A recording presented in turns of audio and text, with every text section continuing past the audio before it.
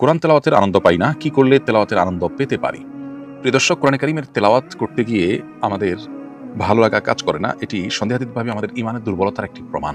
এটি দূর করবার জন্য প্রথমত নিজের ঈমানের প্রতি বিশেষ মনোযোগ দেওয়া দরকার।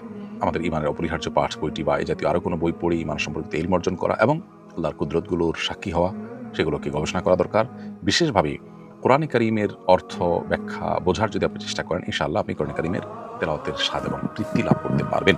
মৌলিকভাবে ইবাদতের স্বাদ বা তৃপ্তি কমে যায় মানুষের গুনাহের ফলে।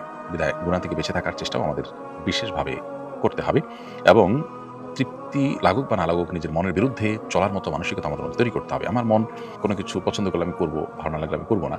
এটা হলো প্রবৃত্তির পূজা, এটা আল্লাহর গোলামি বা দাসত্ব হয় না। একজন মানুষ নিজের প্রবৃত্তির পূজা করে সে কখনো দুনিয়া বা আখিরাত কোথাও সে সুখী হতে পারে না। এজন্য নিজের প্রবৃত্তি বা নিজের কুপ্রবৃত্তি, নিজের মনের যে অন্যায় চাওয়া আছে সেগুলোর অনুকরণ করা যাবে না, বরং সেগুলোর বিরুদ্ধে আমাদেরকে আত্মসংগ্রাম চালাতে হবে।